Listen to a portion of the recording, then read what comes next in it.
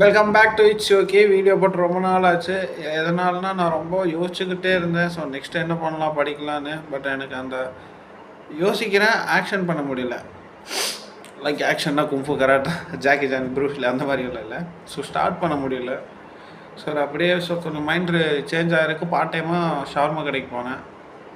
So அங்கே பார்த்த சம்பவம் கரெக்டாக இந்த இடத்துல வந்துட்டு ஸோ மேல் தோல் தான், லைக் காட் கிரேஸ். ஸோ டெத்தாக போயிருந்தேன்னா சொட்டை தான், பால்டு தான்.